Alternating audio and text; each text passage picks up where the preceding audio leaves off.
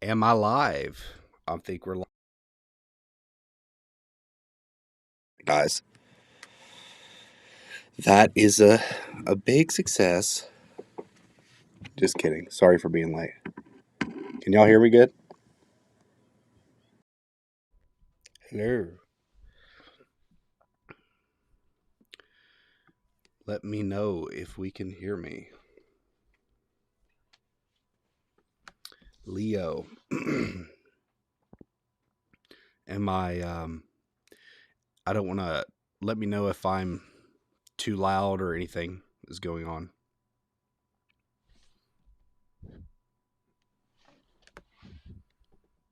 Hello, hello. Can anybody hear me? I see people, they say they're here. You still love your R5. Well, Leo, you definitely still should love your R5. There's no doubt about that. Let's see if this works. Oh, hey. Look who learned a trick. I can put you on the screen, Leo. Can y'all see this on the screen? Can you actually see what's going up? Just going to sit here and talk to myself. I need to make sure I'm live. I think I'm live. Everything is okay. Good. Audio sounds good. Everything. Woke up, went and got me a coffee. And so my voice is still a little good deal. So what do you think? The 8K60 is nothing special because every camera manufacturer could supply it if they really wanted to.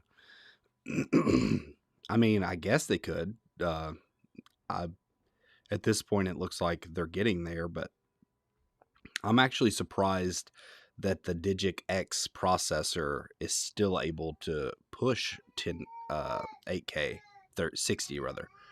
I wonder if they have like overclocked it or something, because that means they have some headroom on that chip that I didn't know about, if it's the same chip from the R5. At least that's my opinion of it.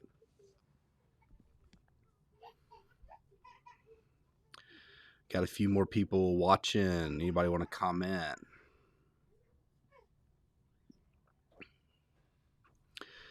Does this evaluate, or I'll probably ask this question again later, but with knowing that the specs of the R5C actually has 8K60 now, does that change your thoughts on maybe what the R1 specs will be?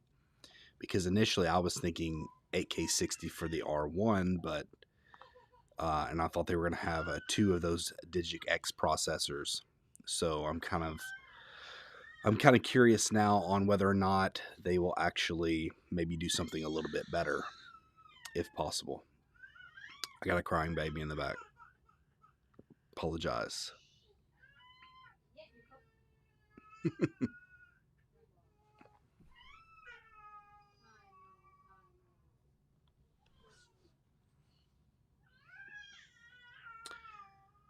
We got a silent crowd today. Leo, it's just me and you talking to each other, buddy.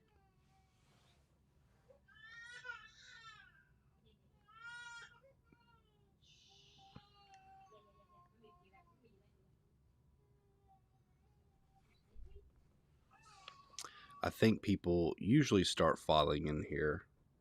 Last time we did a live stream, I actually had quite a few little people, kind of quite a little crowd going. So that was fun. So hopefully, I'm waiting for the R1. Yeah, the R1, it should be a pretty incredible camera. I was thinking that the R1 would have two of those Digic X processors, and I was thinking 8K60 because of doubling essentially the processing power. But apparently, the one Digic X can push 8K60. So, what does that mean for two of them? Because I think two of them is a possibility for sure. I was thinking of you have the A1 and you will have the R1. I thought, didn't you shoot Nikon? Don't you shoot Nikon too, or no? I thought you shot Nikon as well. I don't know why I thought that. I think I get confused because you and one other person have your little the picture with holding the camera, and I think I get a little bit confused because one of y'all shoot Nikon and the other shoots um, Sony, apparently Sony and Canon. That's another question I want to talk about here is, do you think Sony is going to need to respond anyway? I personally do think that they need to respond. I think that, or I would like them to respond. I think that adding waveforms or waveforms and maybe false color to the FX3 and A7S3 and A1 would be great. Sony, Canon, and Nikon. Leo's a big balla in the house. I think that this camera, the R5C, if it would have came out a year ago before I got my A7S3, I might have not went dual systems. I'm glad I did go dual systems because I really enjoy Sony as well. And I like having to not be as biased because I can be like, oh, well, I want to buy this camera. I want to buy this camera. It doesn't really put me in a camp. But if this camera was out a year ago, I don't foresee me saying, oh, I need to go get the A7S3. I probably would have said, well, I'm going to stick with Canon. I already have Canon glass. I'll get this R5C. At least that's my initial thoughts.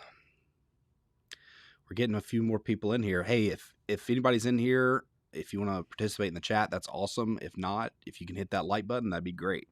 What's up, Edward? Have you decided if you're going to go for this or the C70? Yeah, Leo, I'm with you. I love technology as well.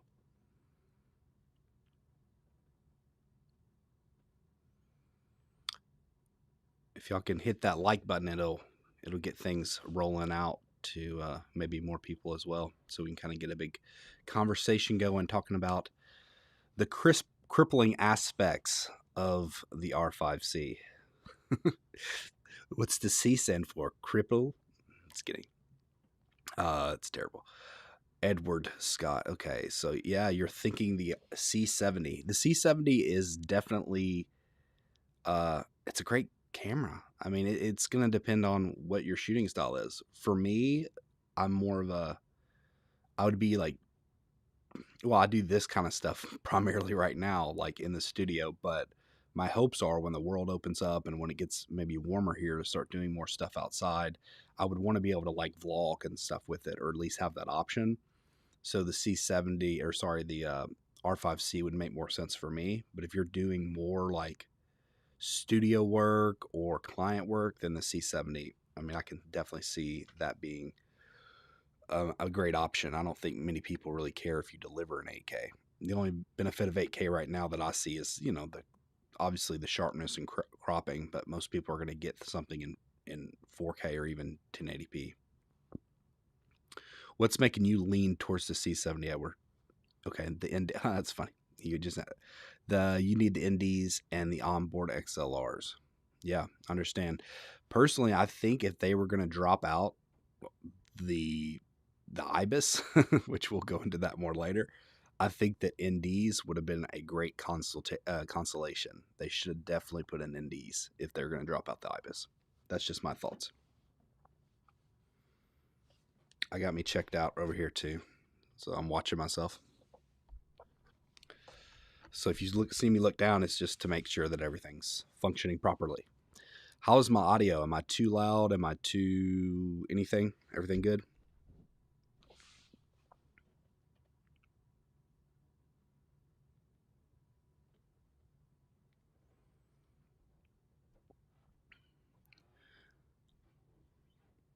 Edward, the C70, thumbs up. Yeah, Leo.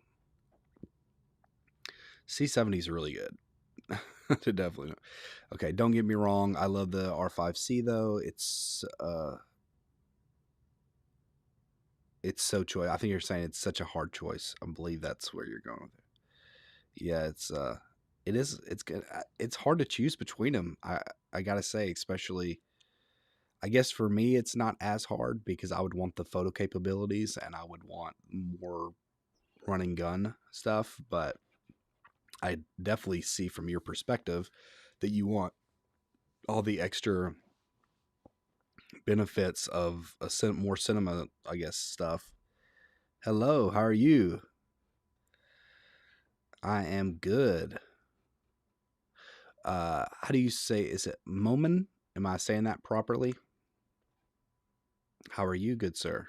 Sorry if I'm not saying your name right.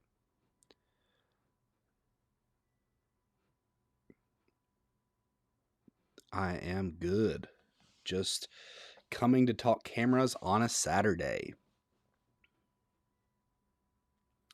Talking about this R5C. It's just a little camera from this little indie company. I don't think many people have heard about it.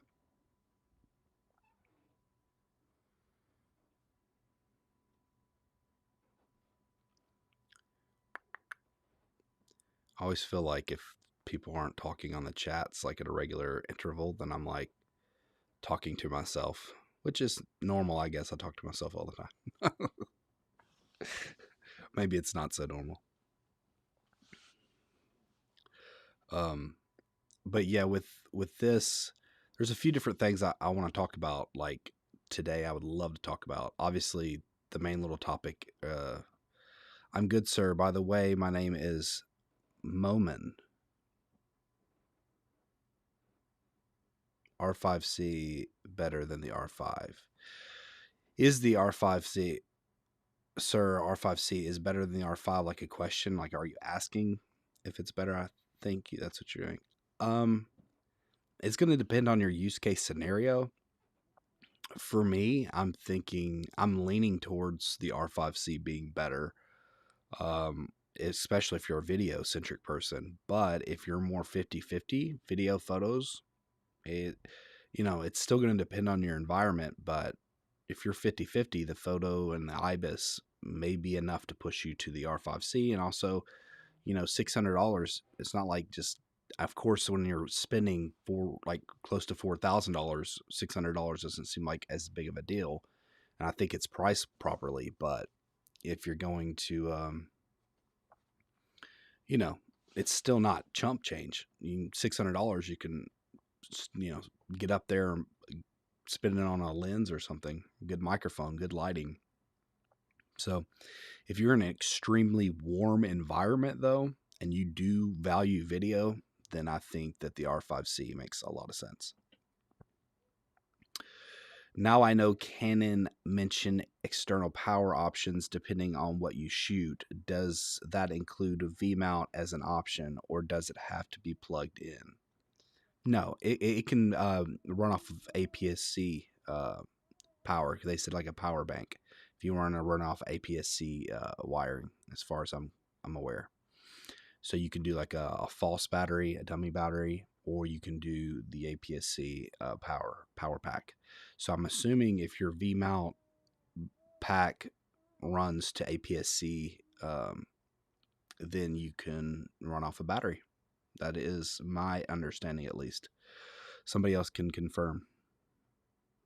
He says, by the way, keep camera wars coming. Oh man, I know that's so hard to decide on what to do about that, because I went back and I've just been looking. I do enjoy making camera wars, but it's not an easy video to make as far as that goes. It takes me a good while to try to like get it written up. Writing it takes me a good chunk of change, and then everything about it, it's a time investment on that particular video. And when I went back and looked, I was looking over the last 90 days, and I was just like, oh my gosh, my videos that are getting traction are not camera wars, and they're getting like subscribers and stuff. They're not camera wars. And then I went back over a year period, and like out of my top 20 videos, I think 4 of them were camera wars. As far as gaining subscribers go, 4 of them were camera wars, and it made up for like 18% of the subscriptions. And I make camera wars probably, like last year I probably made way more camera wars than anything else. I was offline. Can you please tell me about that? Talk about the R5C. Yeah, the R5C versus the R5. It's going to depend on your use case scenario. Are you primarily a video shooter or a photographer, or how much do you value video as far as that goes? If you value video a whole lot, then I would say that an R5C is probably going to be your best bet. But if you're maybe 50-50, then, photography, you got your photography side. Having that extra IBIS might send you that way. You save $600. Also, if you do any kind of wildlife, that kind of, videography and photography, or mostly videography at that point, you get like all the animal eye autofocusing stuff with the R5 that you do not get in the R5C. So that is something to consider. You, um, so there's just stuff to think about. If you're in a very warm climate, like if you're like, you're like living a hot part of the world, then, and you actually care about video, I don't really think there's a question. You pretty much need to go with the R5C. For me, if I was going to get one of these cameras, it would be the R5C. Even with all the limitations and the cripples that we can talk about here in a minute, if people want to start talking about that, we can. But I would get the R5C personally. But I'm probably like 80% video, and where I would like to shoot is pretty hard. Did you check out Terry Warfield's R5C reaction? I think he's on the fence. LOL. I did not. I'm not sure if I know Terry is. I want to go check that out really quick. Do I not know? Let's see here.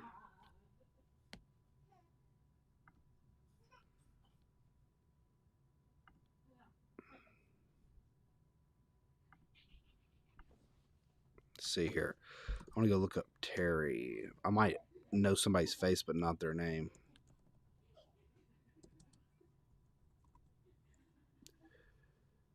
Terry, what was his name?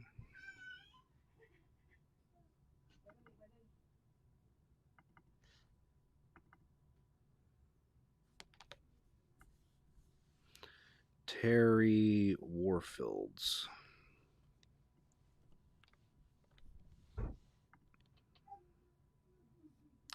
Okay, yeah, I've seen him.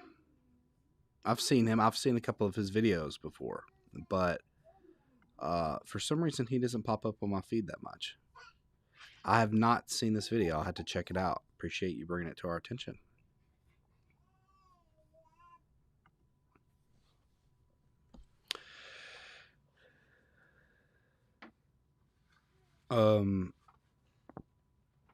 Okay, so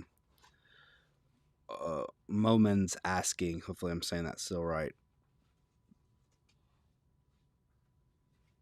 Okay, so he's asking, oh,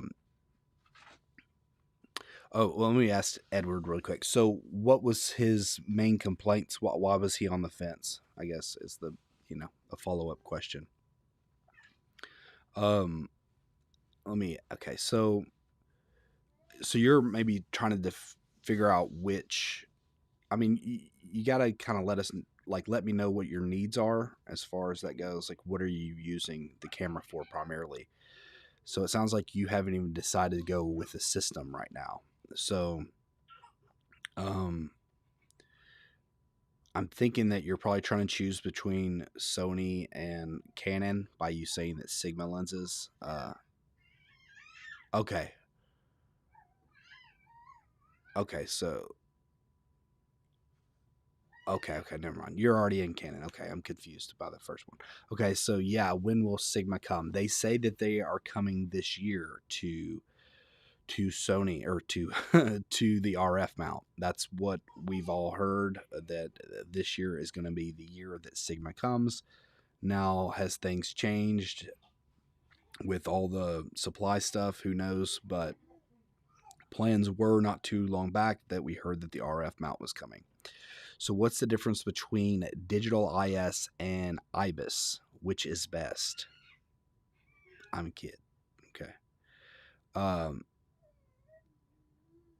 which is the best between Digital Is and Ibis.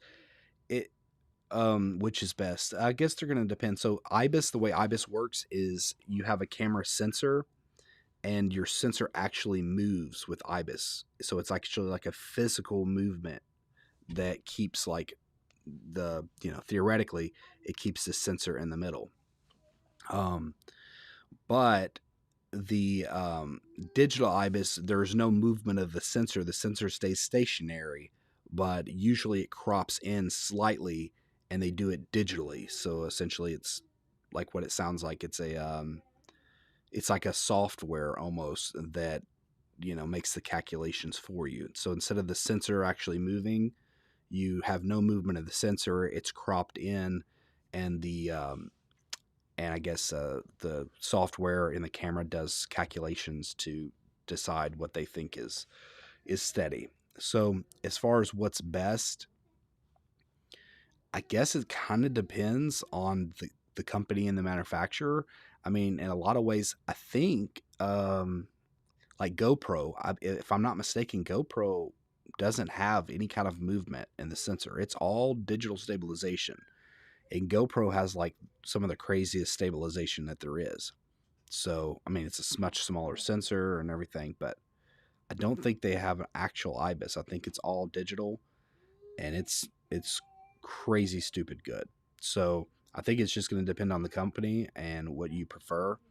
Now, with the R5, you had a lot of that wobbling going on the sides. If, like, for example, you were walking with that camera, you won't get that same thing going on with the R5C because it doesn't have the sensor moving. Now, I personally liked with my EOS R, it just had the digital stabilization and the lens, the optical stabilization, and I think it worked fine, if not better for vlogging as far as that goes.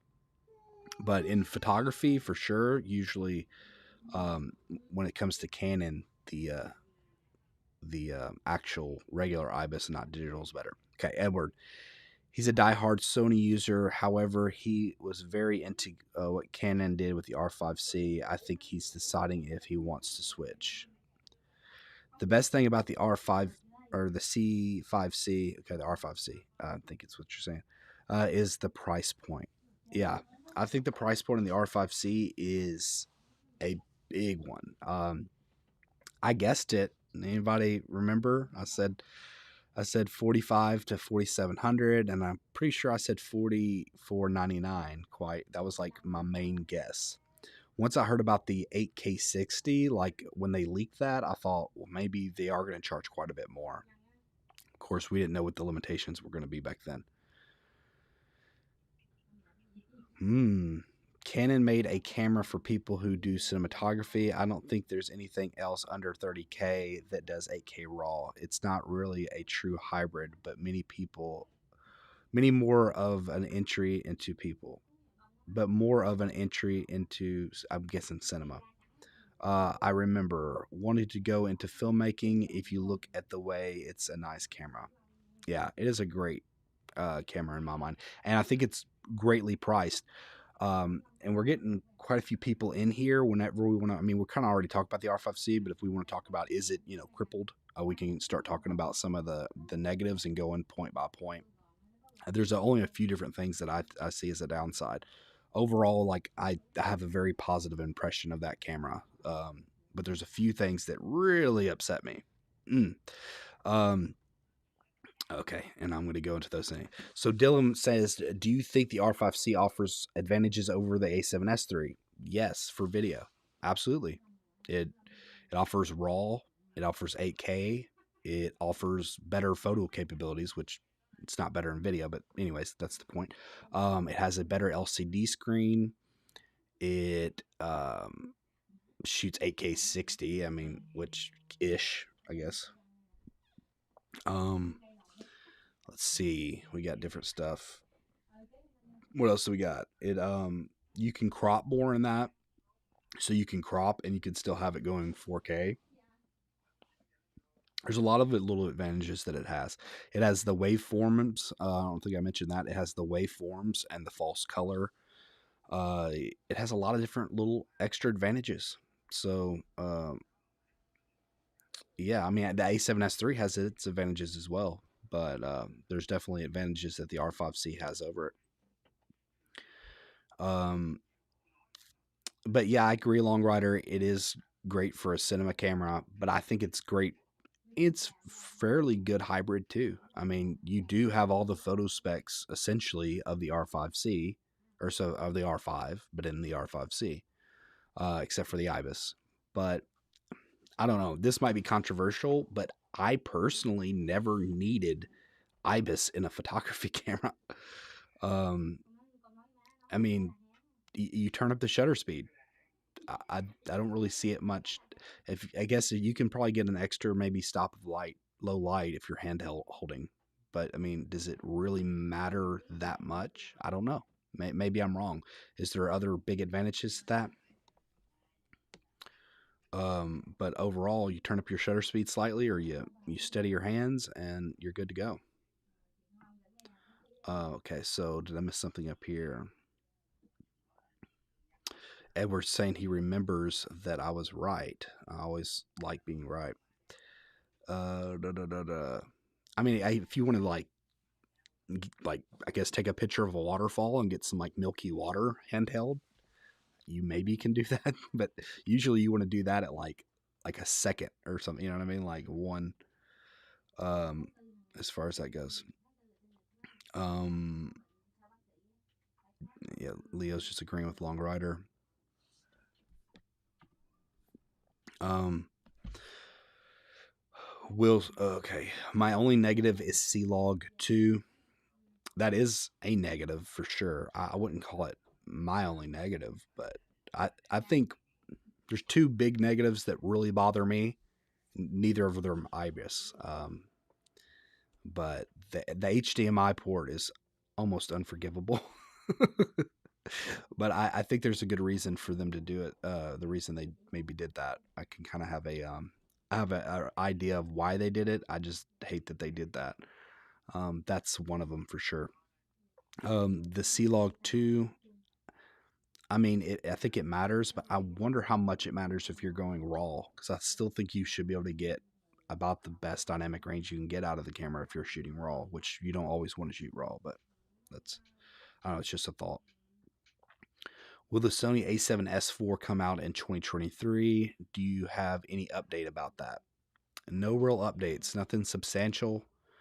It's hard to really say. I mean, the A7S3 took forever to come out, but it doesn't mean, I think that was partially due to the earthquake that happened in Japan, and there was kind of a slowdown of their manufacturing with chips.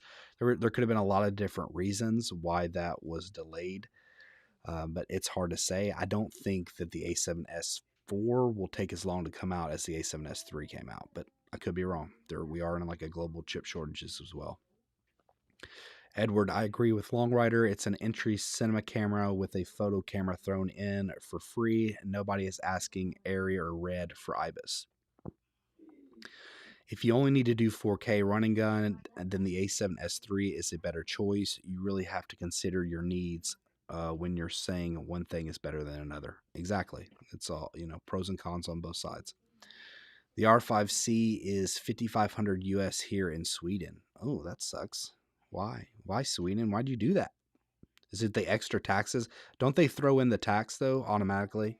Like, so isn't that tax included? Or no? Am I wrong? Do you have to pay taxes on top of that? Because in America, you essentially, where I'm at, it's almost a 10% tax rate. So it's an extra $450. So that would be essentially $5,000. R5C US. Okay. R5C also should full frame HDMI port. It's one more negative point too. C70 is $5,900 US. R5C 5,000 US. Okay. Okay. Oh, R5 5,000. Okay. Well, the C70, that's interesting why they would do that about the C70. I know there's certain European countries that they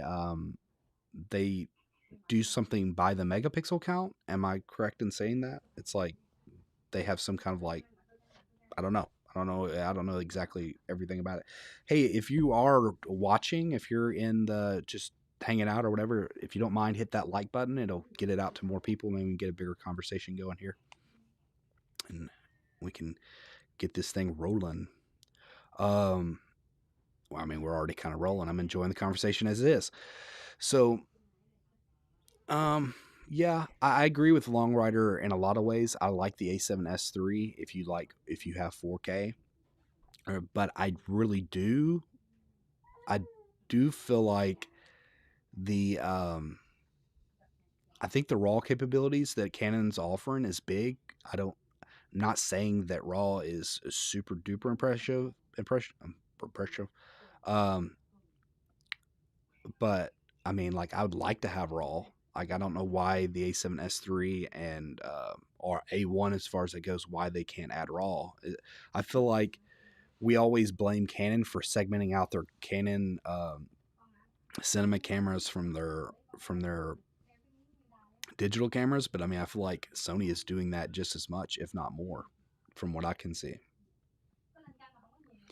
in different ways.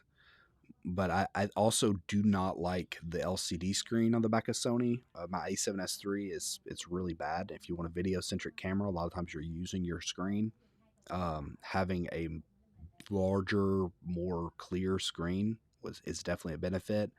Having the waveforms and the false color is definitely a bit benefit. So those are things that I wish, like the 8K is great, but I think those other things about the C70 make me want it more so than the 8K. Does that make sense? So if like the A7S III had the false color and the wave formats and the better LCD and RAW, I would much prefer that in 4K with all the Sony A7S III capabilities over the R5C. Personally, those again just my opinions. I wish we had the U.S. prices here. Yeah, yeah. I mean, it's it's interesting. Like, I guess pros and cons of living in different countries. I won't go all into politics here, but there's definitely pros and cons of everything. I'm assuming y'all have better healthcare than us, but pay more for your cameras. So pros and cons. Uh,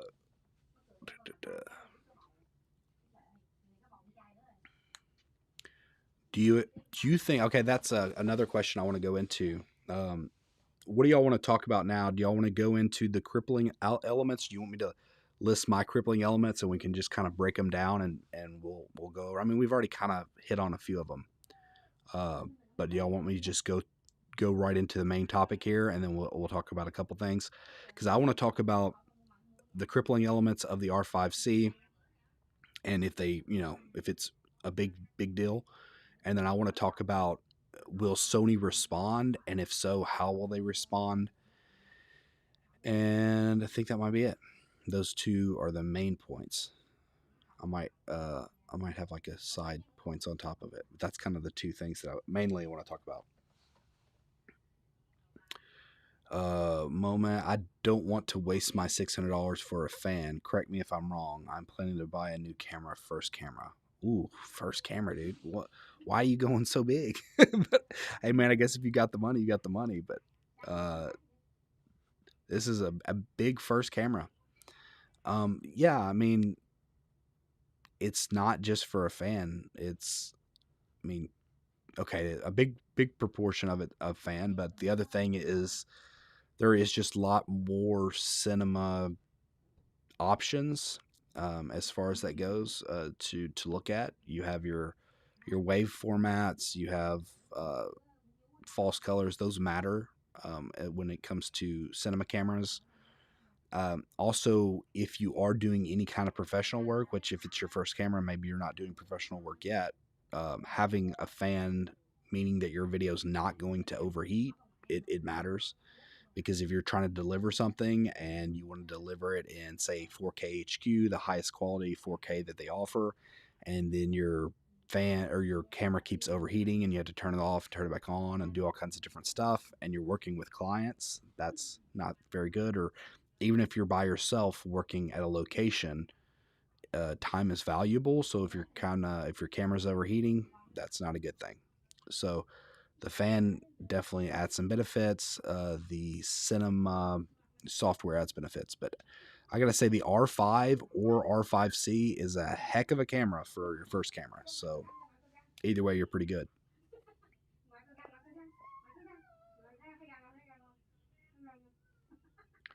Do y'all hear my wife? She's over there talking. Sorry. I mean, it's okay that she's talking, but sorry if it's too loud.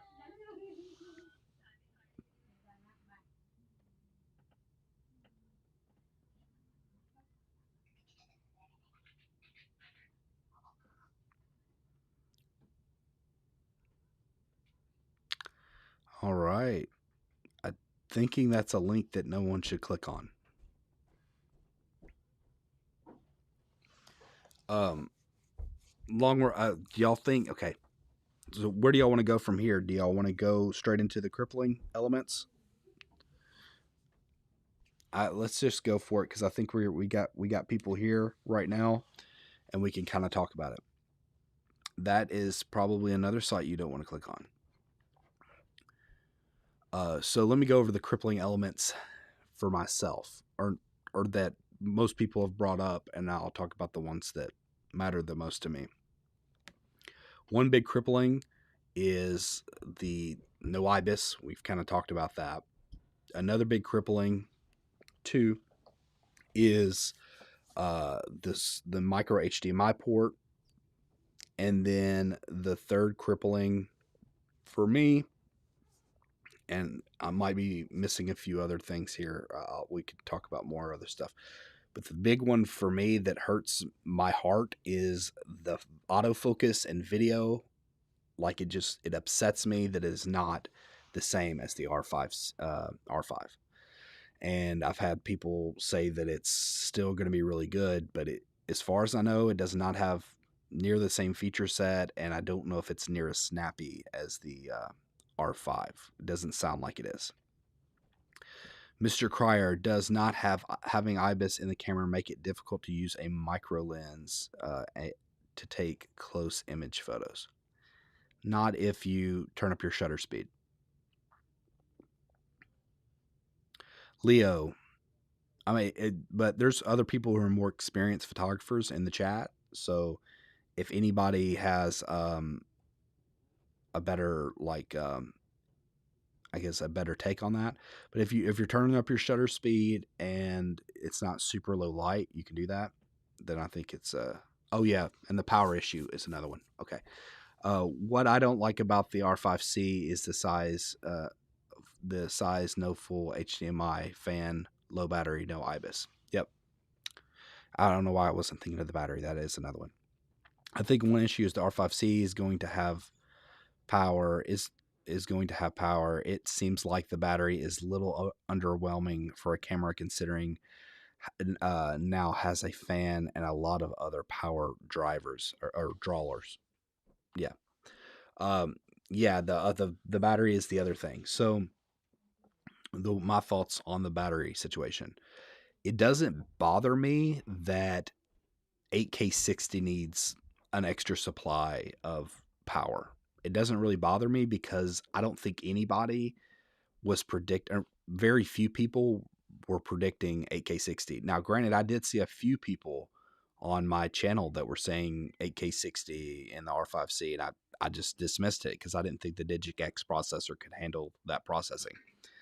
But that being considered, I think most people, and or at least most of the rumors, were saying this was essentially going to be an R5 with a fan. The R5 does not have 8K 60, so that part does not bother me. But the other element, what Long Riders are bringing up, is you do have other components. You got the moving fan, you have other stuff like that. It seems like it's drawing the battery down quite a bit. So I don't know if The original, let's see here. So this is the EOS R, and the fan or the battery that comes in the EOS R is it can actually be used in the R5. But when they made the R5, they made a newer version of this LP E6N. So that being said, can they make a newer version in the future, or is there a third party that can come out with a better version? I guess that's definitely an unknown, but that would be a need for sure. Somebody could fulfill that in the market. Okay. Edward, they didn't even put the C70 autofocus system in the R5C. I think it's from one of their high-end camcorders or something. Yeah, I don't think it is the same as the C70. I think it is considered a little bit better. As far as I know, it has at least the eye. I don't think C70 has an eye tracking autofocus, and I think that that's good. But I definitely think that the processing power and the camera, it's going to matter, quite a bit. But the fact is, it does not have the feature set that the R5C or the R5 has. To me, that's a issue, and I think I get what people are saying, and the reasons that they did it is essentially they're starting up a whole nother operating system, so they're using a completely different operating system. But to me, that's just software engineering. If you have a software engineer or somebody in or whatever, they can. I'm not a software engineer, but I think, and I would assume that if you had a really good software company, if it was Apple or somebody like that, and they would be able to add that, somebody like that. Whoa, what's up, Mike? What's going on? Glad you're here. Finally caught a live stream. I'm glad you're here, buddy.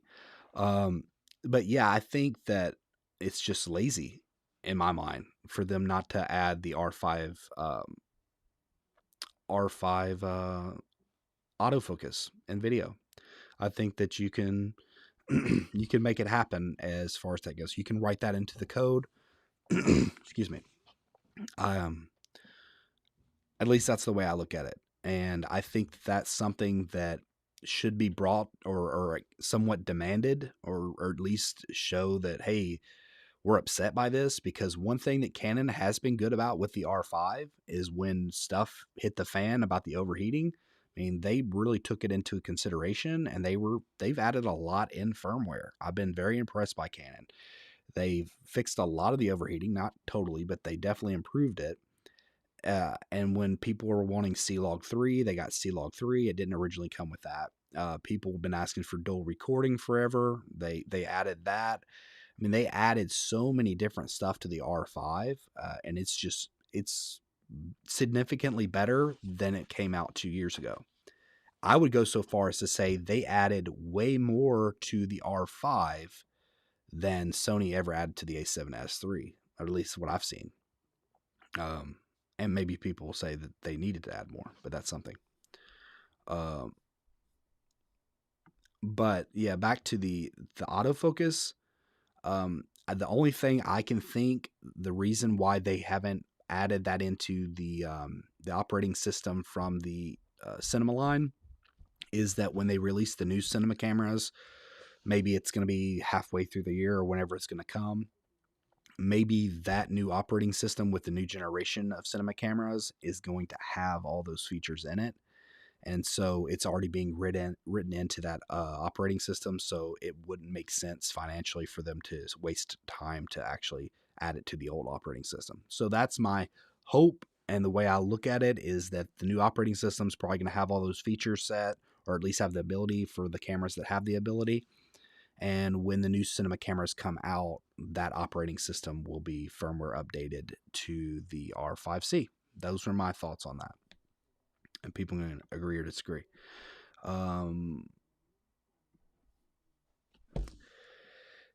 As an S1 Frank R, as an S1H and R5 owner, I really wish Canon delivered on the R5C. I don't care about the autofocus. With the S1H, I use manual or even additional power needs. It's the IBIS. Okay, the reason I don't care about the IBIS as much, I think, as a lot of people is this camera right here, which is the EOS R. It's better than its spec sheet, I believe, but yeah, this camera right here, it does not have IBIS. The video in this camera without IBIS, to me, especially if you're like vlogging, which not everybody's a vlogger, but it does not have that wobble gate on the side. The digital IBIS works really well with any of the lenses that are optically stabilized, like this one is. I mean, you don't 100% need it on video. And I don't know if now on the photography side, there's definitely benefits to the IBIS, but on the video side, I think there's pros and cons. I definitely think it's helpful, and the R, like especially for like slow panning and things like that. But I don't know if it doesn't. Let's just say that I wish that they had it, and I wish they had an option to like freeze it, so that way you wouldn't get that wobbling.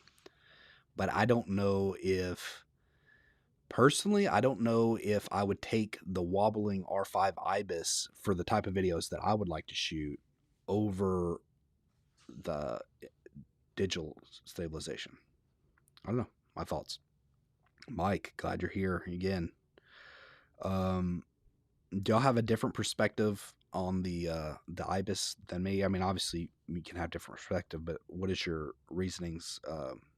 This what I'm saying actually making sense with the IBIS?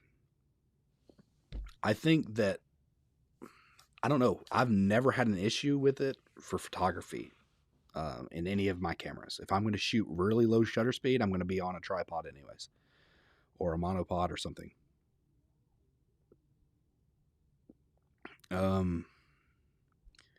Okay, so Leo, I think Canon gave Sony enough weaknesses in the R5C to make everything much better in the next A7S IV. Yeah, I definitely think it's kind of a little bit funny to me that I feel like, I don't know, it felt like Sony was being way more innovative, maybe that's a better word. Yeah, that's maybe more proper. Innovative in a lot of ways in the past. And it seems like it looked like they were like delivering camera after camera. You had the A7S III, then you had the FX3 or A7S III, FX6, and then FX3 that came out like back to back to back. Things looked, and then you had the A1, which was crazy. But I think as the firmware and stuff started making the R5 more and more appealing, and then now you have the R5C, I don't know. I think Sony needs to start stepping back up their game because they have great market share. They have they definitely have their benefits. They have cheaper lenses with third party. They have all the different color profiles that they have in them, and they're very extremely solid cameras. But I definitely think that Canon is giving them a run for their money in the innovative side, and I think that should wake them up because Canon is a giant, the sleeping giant, as Fro would put it. Okay, let's see, Mike. I think video digital IS is totally fine. On photo, the lack of IBIS is deal breaker for you. Wow. All my favorite lenses don't have IS. It would piss me off too much having to buy new lenses specifically for the R5C when I take professional photography. Okay. Yeah. So, okay. This could be my ignorance on photography. Like I said, a lot of you guys are way more professional or experienced photographers and videographers than me. But a lot of cameras 5 or 6 years ago, like nobody had IBIS really. So I mean, and there was plenty of professional photographers. What benefits does IBIS give you besides lowering your shutter speed at low light? Is there any something different that I'm not catching? Because essentially, from my understanding and from what I've seen, it just allows you to handhold a lower shutter speed, which is great because it can, allow you to stop down and get more light. But I mean, what are you shooting? You can't be a moving subject, because a moving subject at all, even like a human moving, you're wanting like, at least 60 to 80 to 100, depending on how fast the human's moving. Um, so to me, like if your shutter speed is going up, um, I don't know. I mean, like, what benefit? I mean, you're not going to get shaky footage if your shutter speed's up. But maybe you look at it like you need the extra light if you're going to be shooting in low light, and that's a possibility. But am I wrong? Is there another benefit I'm not catching? Mike, maybe you can tell me. Okay. Okay. Okay. I used to have the R and moved the R5 to be super simple. It's easier with IBIS. It's like experiencing amazing autofocus for the first time. Fair enough. Maybe I just and A7S III has IBIS. Maybe it's just is it technical benefits? No. Technically, like benefit, yeah. Yeah. I mean, that's what I guess that's my point, is what are somebody's vacuuming upstairs. That's very professional. Um that's my thoughts on the IBIS. I don't know. Like I said, everybody's going to have different opinions based upon their experiences and what they love out of their cameras and everything else. But I had the A7R4, and then I wound up selling it and actually, downgrading for the EOS R.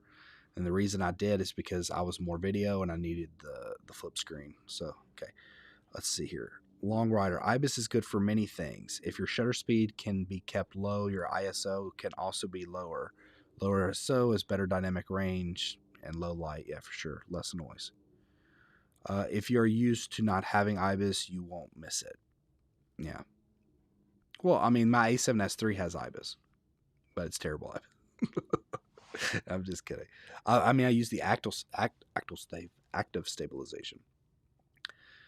Yeah, I mean, I can see what you mean. I guess, like I said, it just depends on where you're shooting, like, and what you're shooting.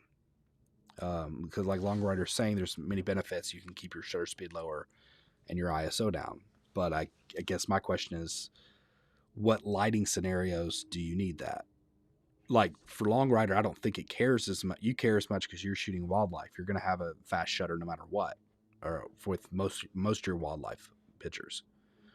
But I don't know. I could be wrong. I'm trying to understand. But I just feel like if you're shooting low light, then yeah, you need to keep your ISO down for sure. But I don't know. Like I said, those are just my thoughts and trying to understand if I could be wrong. Like I said, that's why the IBIS isn't bothering me as much, I guess, as other people. And I'm kind of repeating myself on that. What are your guys' thoughts on the autofocus? Does that not bother you as much as it bothers me, of why that they did that to the autofocus? Like if you have your video centric camera, and the R5 has amazing video autofocus, why would you, cripple that?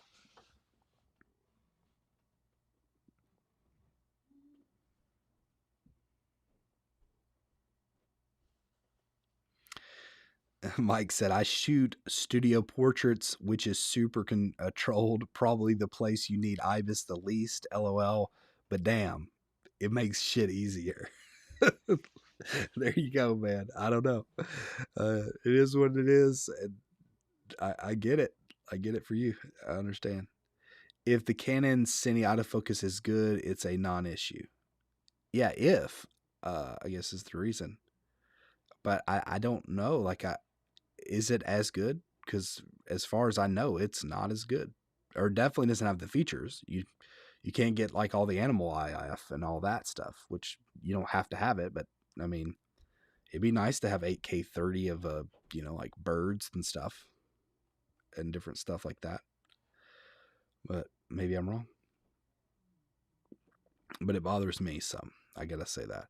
I do think that is going to be the upgrade when the new cinema cameras comes out. They're going to add it to the operating system, and that's what they're waiting for.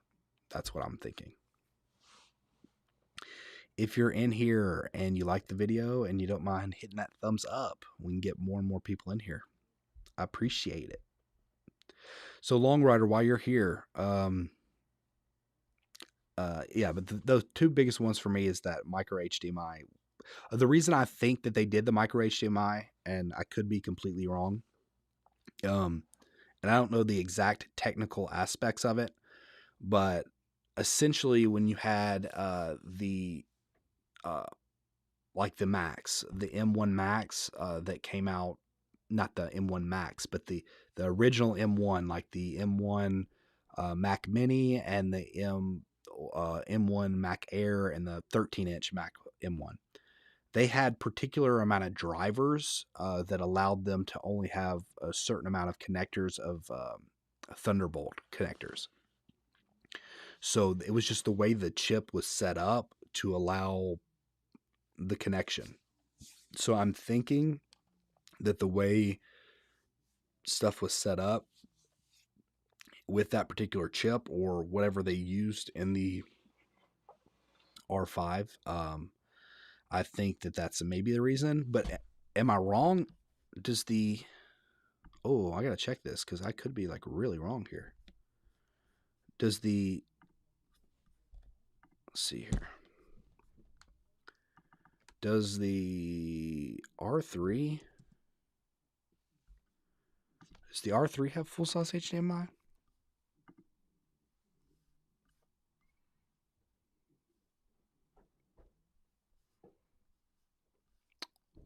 Because I could be wrong.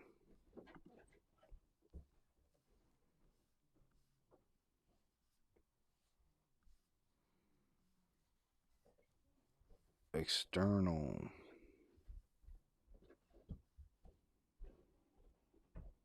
Nope. Micro. So I think that kind of reinforces what I'm thinking. That the HDMI port, or there's something to do with the receivers for that processor that is making it only be able to be to receive those particular ones, because that's the same thing that the M1 processor had. Even though it was an incredible processor, the first one, not the new chips, but the first one, it only had a certain amount of capabilities for the connectors. So I think that is a reason, and the reason. Now, what does that mean for the R1 if they're going to be using two of those?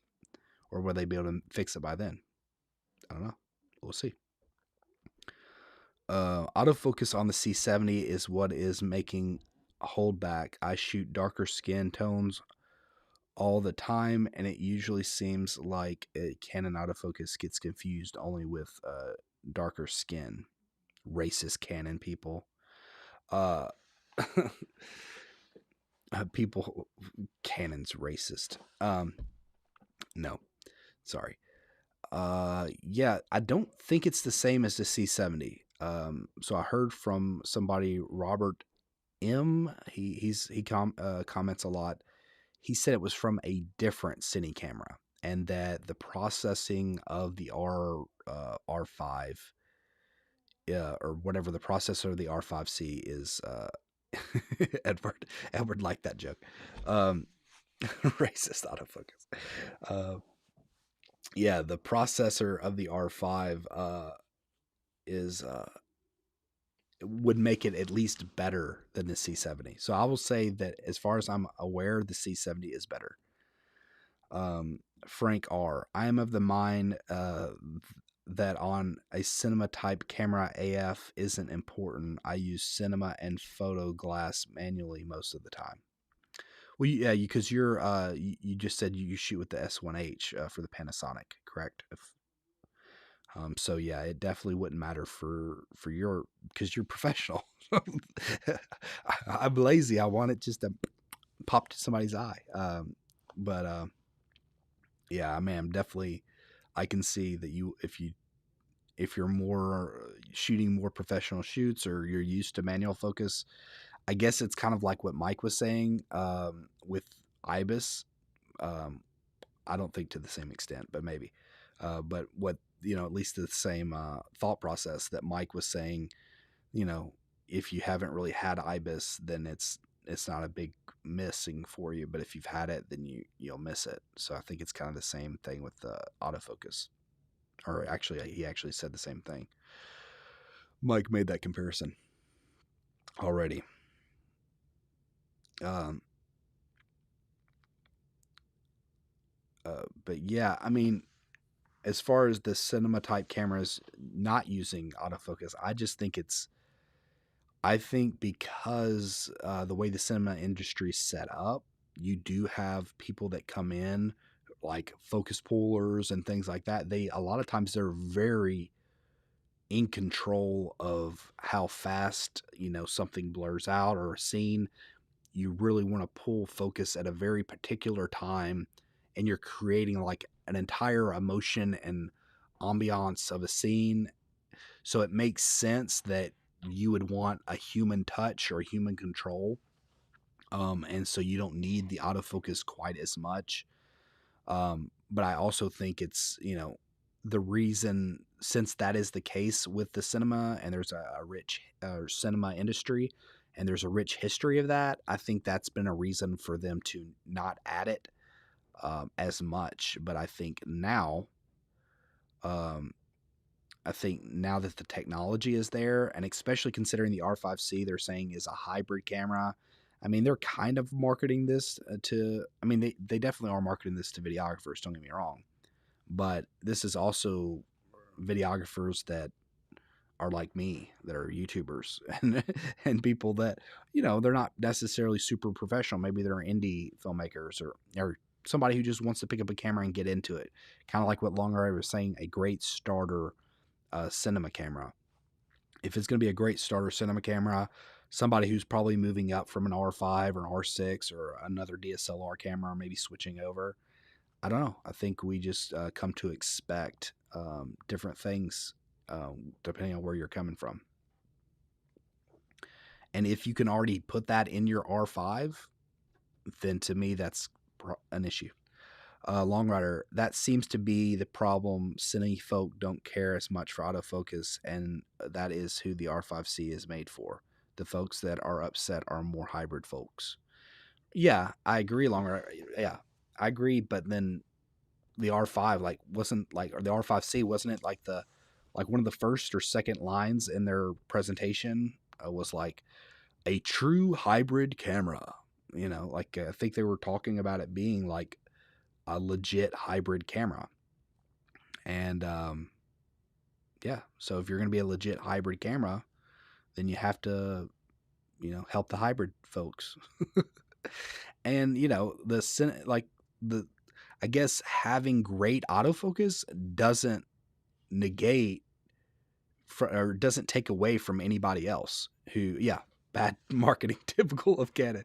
That's true. That's 100% true. Bad marketing. But yeah, like having great autofocus isn't going to take away from people manual. They just turn it off. So it's kind of like, if you don't want the manual focus, you don't have to have it. Don't use it. But bad marketing from Canon. Yeah, I mean, I think bad marketing is what made the R5 get such a bad rap in the first place. I mean, I think most people agree on that. It was an amazing stills camera, and it still is an amazing stills camera for the price. But they marketed like the first thing that they were putting out, 8K. I was like, whoa, this is 8K camera, 8K. And they didn't tell anybody about the overheating. Legit hybrid would have Ibis photographers. Yeah. Yeah, that is something interesting to me. Yeah, so I'm planning on making it. Actually, that was going to be this week's video instead of live streaming at first.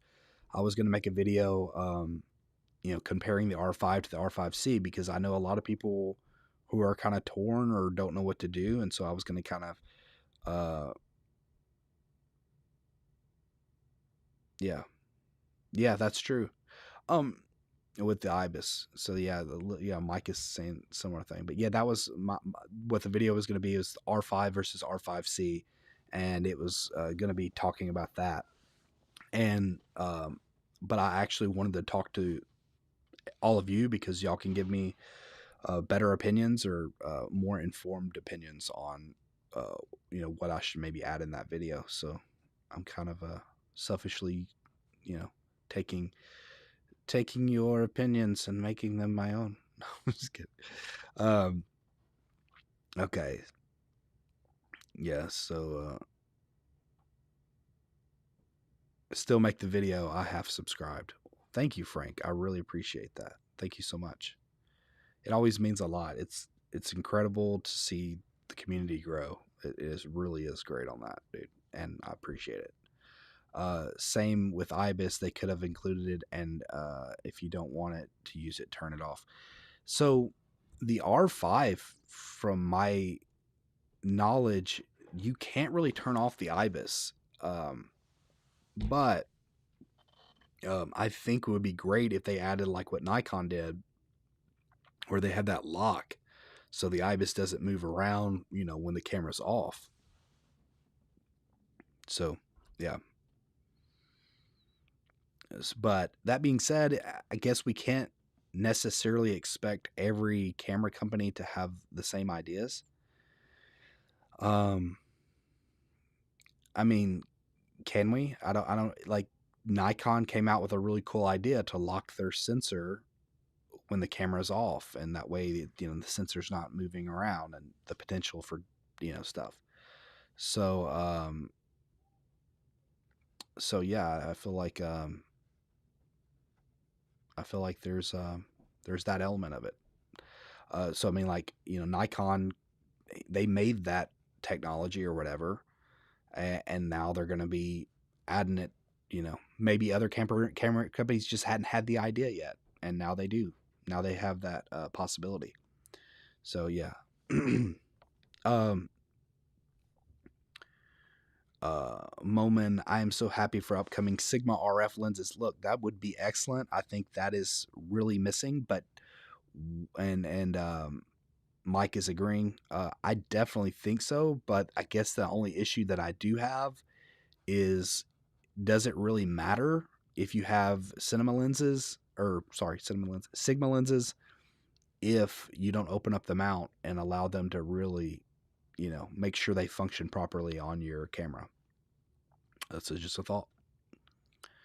Maybe Sigma can do something and really deconstruct their autofocus and all that. But one of the advantages that Sony does have is they have an open mount, and they share essentially their software and their coding with their third-party manufacturers, and so their third-party lenses work great.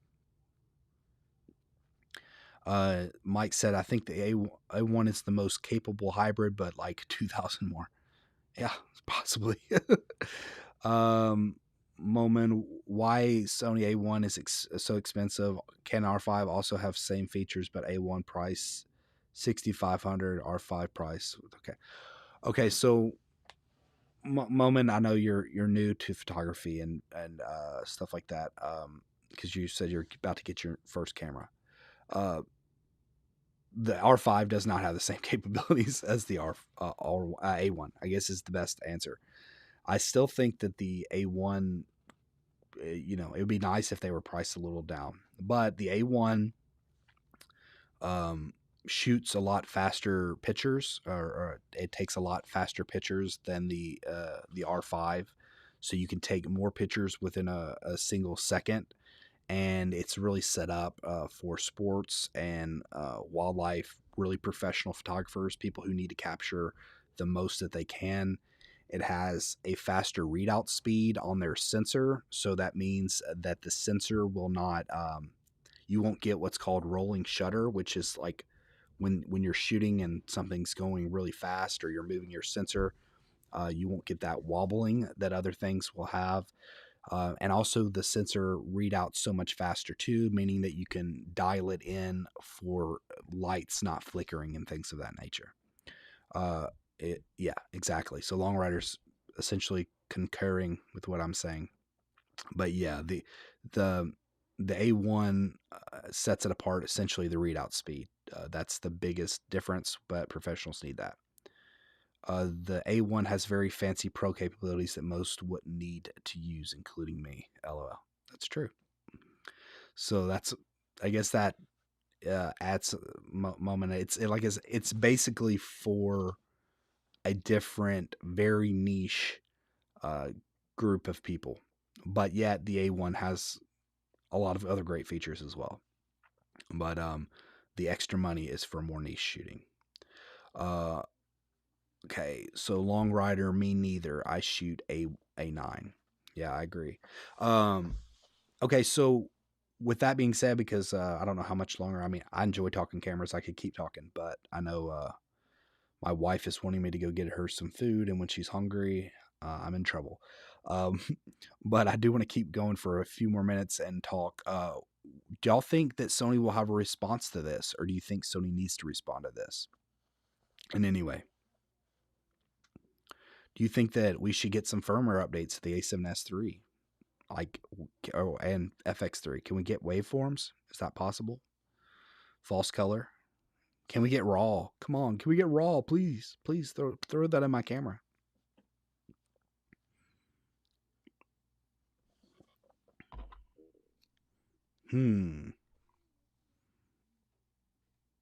Mike.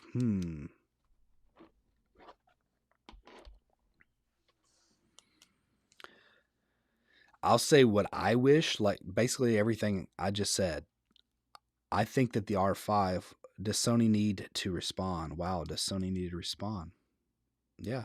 I mean, I think I'm not saying that like Sony doesn't have their advantages, because they absolutely do, but if you have your main competitor creating something new with features, yeah, well, yeah, he says I think Canon is responding. Yeah, I mean, I can see that for sure, and I can see what you're saying, but at the same time, what I was saying too is that if your competitor is bringing something out, even if you have your advantages and they're responding to you, if they're bringing out features that you're lacking as well, I think that you should take notice and do something for your audience, or for your audience's stuff. Your, I don't know why I'm saying your audience, your customer base. Edward, I think Sony is definitely gonna give firmware updates come March or April. I hope so, Edward. I really do. Mike, maybe Sony firmware updates for sure.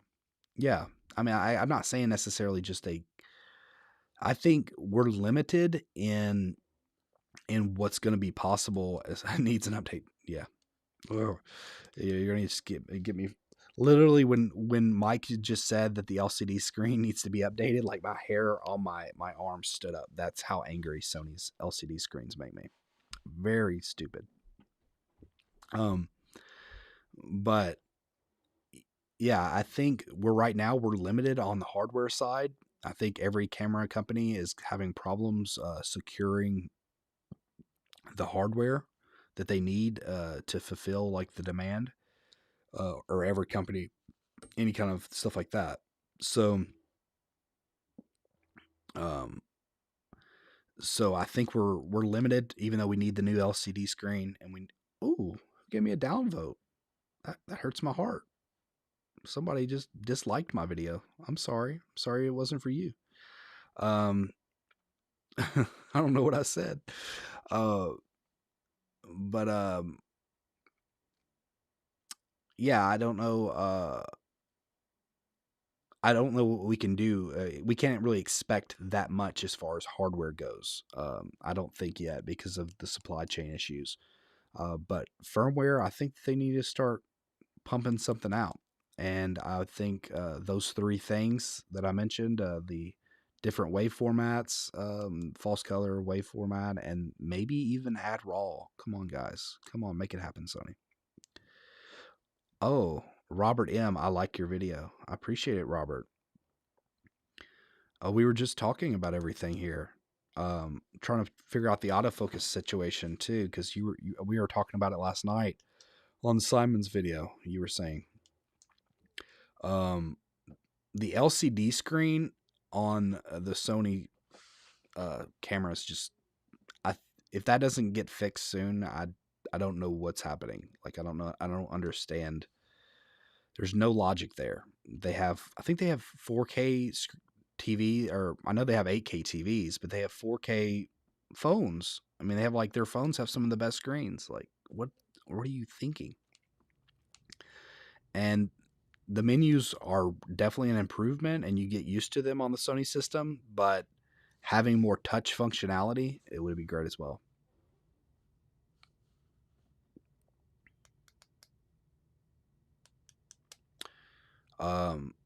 I think Sony could add more auto capabilities too, like built-in 32-bit float or some shit. I'm not gonna act like I'm not gonna act like I know what you're talking about, Mike. No, I definitely not. I know that you can get cleaner audio and better audio, but I'm not gonna act like I'm super technical about that. But if I'm not mistaken, you can get 48-bit audio out of the A7S III with the digital hot shoe, if I'm not mistaken, which I could be. Robert said Sony makes the best screens in the world for everything else. Yeah, I know. So why Sony? It's infuriating. It's almost like a joke at this point. It's like it reminds me of not adding the flip screen. Like everybody wanted the flip screen. Not everybody, but a lot of people wanted the flip screen forever, and they just wouldn't add it. Or I got a better example is Panasonic with autofocus and not adding phase detect or something better than the contrast based autofocus. Like it seems like this is a joke at this point. Like they're messing with people. Like they want better. It's like one of the camera conspiracies skits. Like, ooh, what do they want, boss? People want better autofocus out of Panasonic, and people want a better screen out of Sony. Like it's do it, make it happen.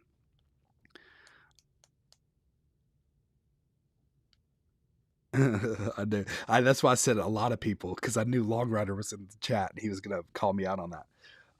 181 Uplift. I think this would be perfect for me. The R5C. I have an R5 and R6. The R5 is great, and I can do small commercials with it.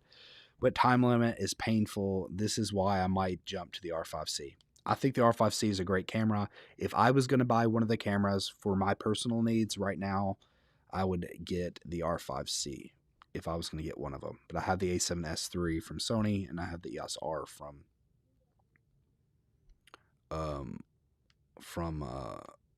Canon. Long Rider flip screen, no good with your 600 glass. Yeah. Mike, gonna head into a Zoom meeting. See y'all next time. Appreciate it, Mike. Appreciate showing up. I don't know, like I said, how often I'm gonna do these. It's just gonna be kind of random at this point. If there's something good to talk about that we can all talk about live, then we'll do it. And then at this time of the year, like a lot of your videos aren't doing as much. I don't know. There's reasons you can make live streams more now than you can later on. So I appreciate it.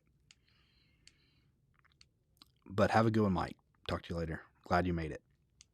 Okay, so Robert M., he's talking at 181. Are you keeping your R5 or trading it in? So I think he may be wanting to buy your R5. Oh, he's going to trade in his R6, not the R5. Good move, I guess. I don't know. I don't know what your needs are. So, Long Rider you might be in the market for an R6. I'm gonna start brokering deals over here. No, but I think our Long Rider loves the R6 capabilities because just the size of the sensor and the speed of it.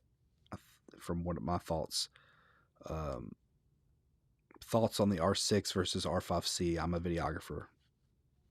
R6 is cheaper, but R5C is better for videography, in my opinion. So yeah, I mean, it's going to be upon needs. But if you're saying to yourself, I'm a videographer, I think that if you're a videographer, all the added video benefits of the R5C make it a better video camera for sure than the R6. Yeah. Just R5C. I don't even think I'm not even gonna have to phone a friend. I'm just gonna say it. R5C is better. There you go, Golden Key.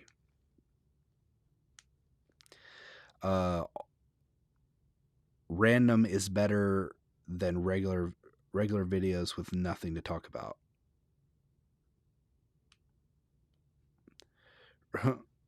Yeah. Random is better than regular videos with nothing to talk about. Yeah, okay, so you're talking about the live streaming. Yeah, I mean, I agree. Which I mean, I had a video idea.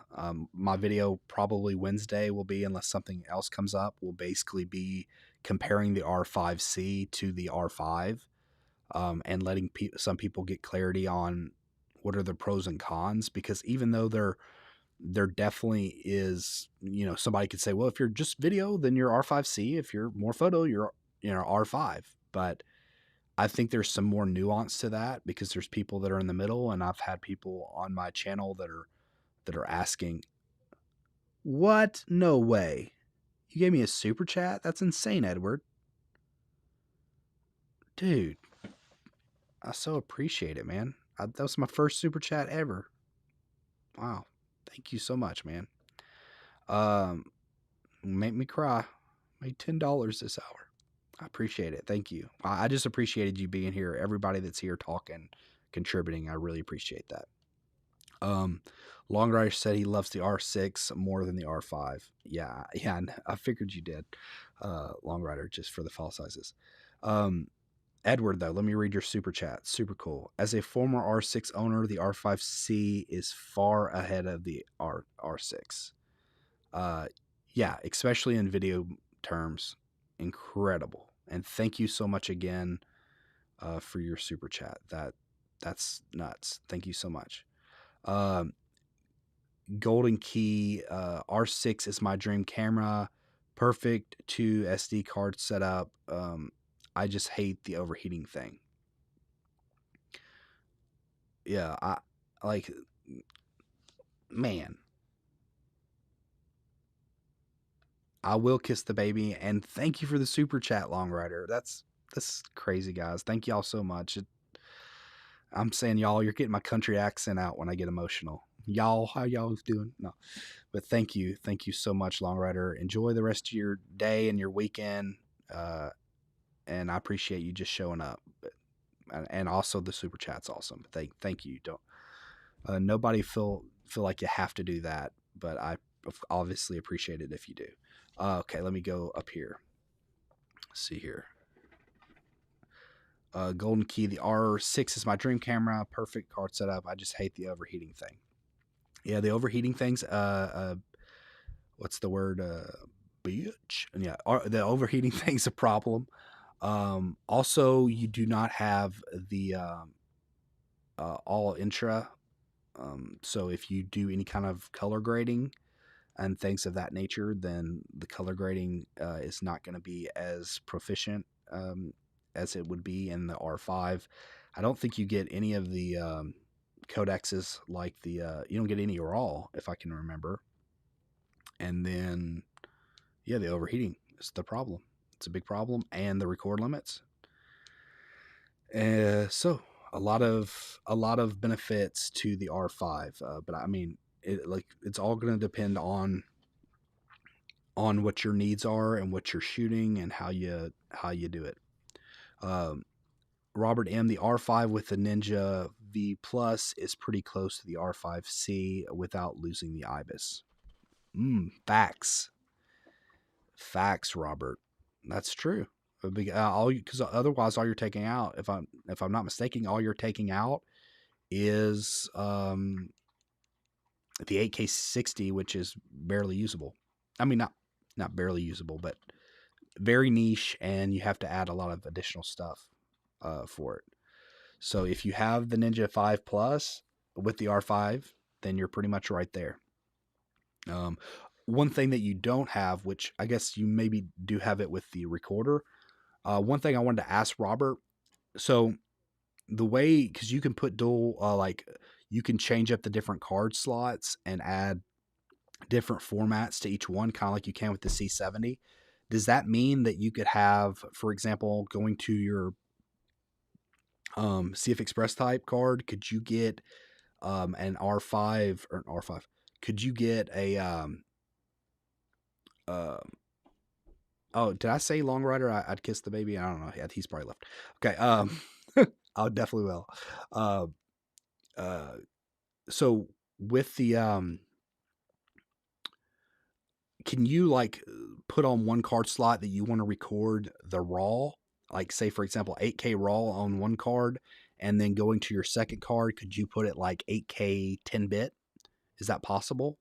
Because to me that's a huge thing, because you could essentially be shooting RAW and the other, and for most stuff you're not going to need the RAW, but maybe you shot throughout the day and there was one particular scene that you think, oh wow, you know, I would like the extra dynamic range of RAW, or I would like the extra dynamic range of RAW, and I would like I don't know, to do something creative where you want to change the colors around and you want the RAW or something like that.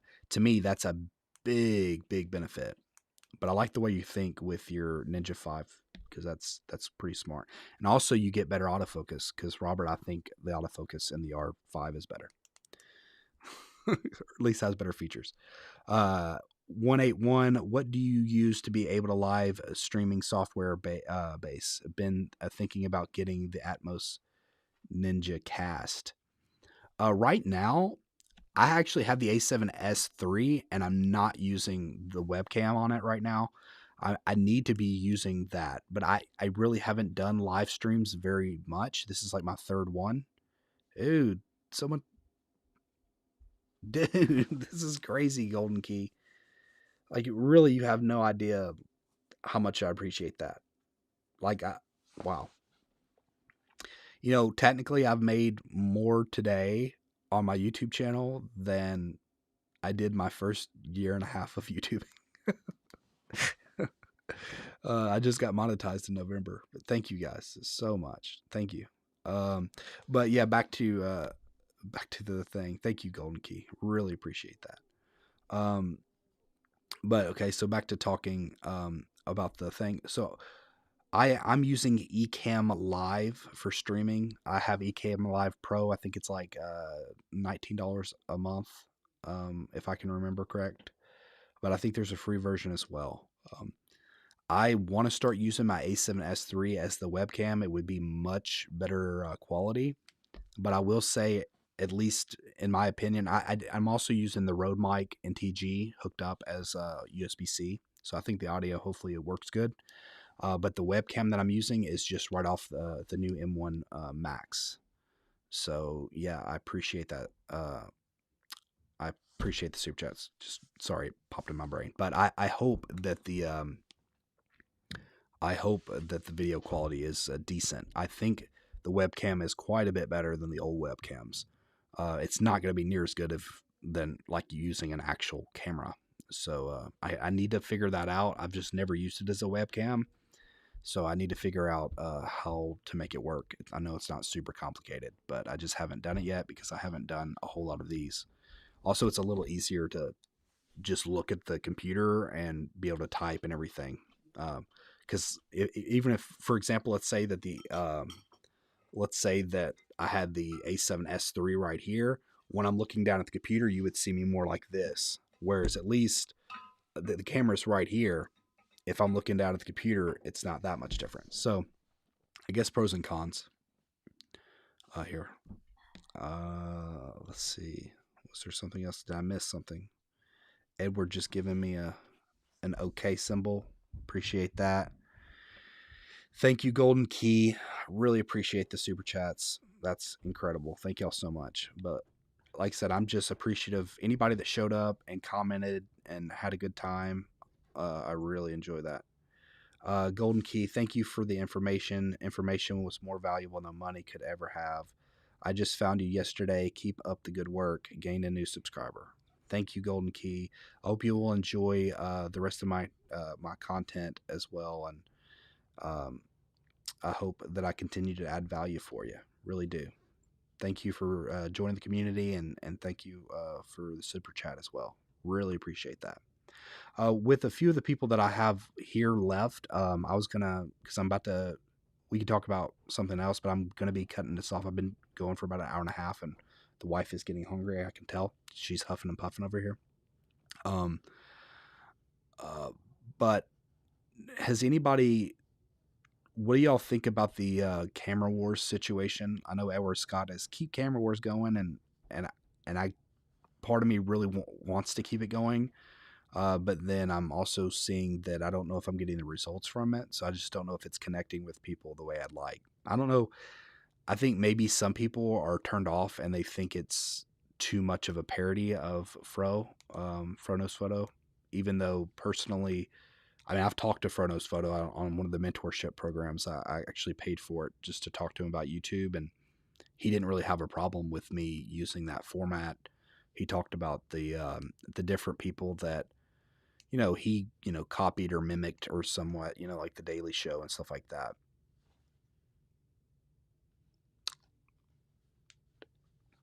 Thank you. I just got another super chat, guys. 181 uplift.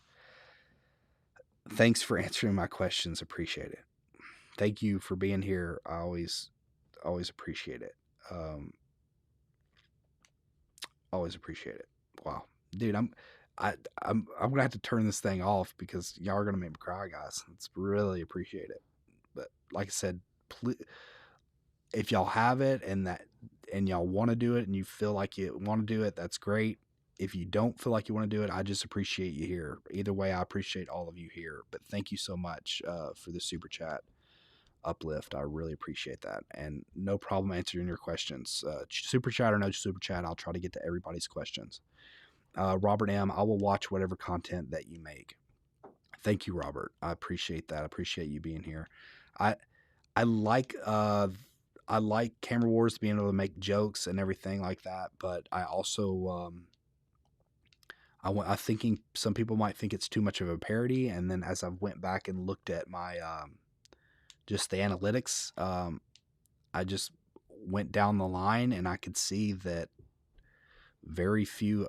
Don't cry, but the wife goodbye. The life was. That's funny.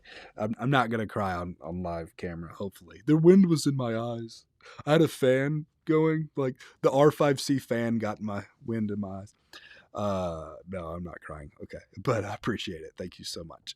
I appreciate you being here, Uplift. I really do, and I'm about to call it a day. But I got some stuff to think about. I may keep a Camera Wars going as kind of like a I don't know, like a special event type situation where Camera Wars will pop up, and every so often, kind of, you know, maybe do it like once a month or something. But I also feel like sometimes people get confused when I do my normal talking videos and I'm more communicative, and then I do Camera Wars and I'm more like a news anchor. And I think some people are like, "What's going on? Why are you talking like that?" So I think that happens.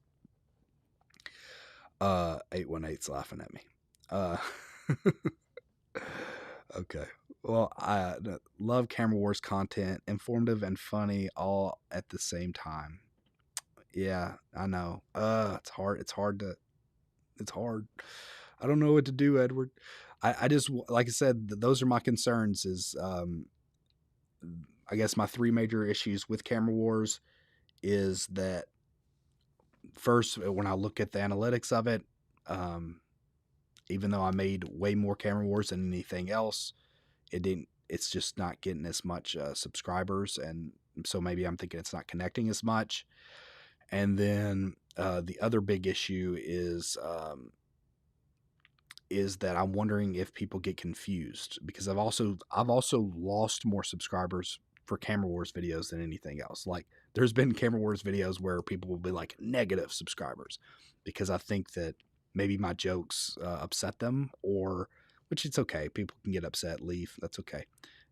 If that's, you know, I want a community of people who want to watch. If you don't like certain, I have to be honest too. I'm not going to just pander to people, but you know, one of my issues is I just don't want to confuse people when I talk normal and they subscribe because I'm talking like a normal person, and then the next time I'm like, hey everybody, welcome to Moving Matt. You know, this is Camera Wars. Man, I'm gonna miss it. Camera Wars. Like I said, Edward, I don't think I'm gonna get rid of it completely, but I might go not as regular on Camera Wars. If does that make sense, Edward? Do you think that's a good settlement in the middle?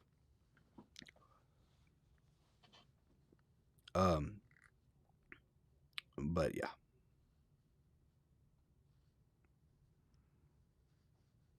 Sorry for the ramble, guys, but thank you all for being here. I think there's a delay. I'm gonna see if Edward will actually, if he's gonna message back here. But if not, I need to go buy the wife some food. That's a happy medium. Appreciate it, Edward. He just answered back. So look, thank you everybody for showing up. Thank you everybody who contributed. Something to think about. I own an A7S III as well with my Canon R5 and R6. They are great cameras with different pluses and minuses. It's all about the content. Love the conversations. Appreciate it. 181. And we just talked about that A7S III and Canon EOS R, not the R5 and R6. But yeah, I love the technology. I love technology. I get excited about cameras. It's so funny because like literally almost every camera I cover, I know I'm not going to play with that. I'm not going to own the camera. I would love to, but I know I'm not. But I get excited for people to get the cameras that they want. I get it, you know, but love this community. I love the industry as a whole. And I love talking about tech and the cameras and what's new and everything. And honestly, my abilities with the camera, you know, I know personally there's probably more content that I could get out of the EOS R. I mean, as far as my skill level, if I really wanted to like dedicate myself to the craft, I could get better video out of my EOS R right now than I have personally. Of course, I like having better tech and better dynamic range of the A7S III and 4K and all that. But I guess my point is that I have enough camera right now. My A7S III is not any worse today than it was yesterday because of a new camera coming out. But I love talking about new cameras. I love all that stuff, pluses and minuses, everything, and love the conversation as well. I am going to get off of here, get my wife some food, and not get in too bad of trouble because I was like, oh, I'll be on for an hour. It's been an hour and 45 minutes or 40 minutes or something like that. But I'm going to get off of here. I appreciate everybody's time. I appreciate the conversations. And until next time, peace. If I can find a thing, it'd been really cool if I would really ended on the peace.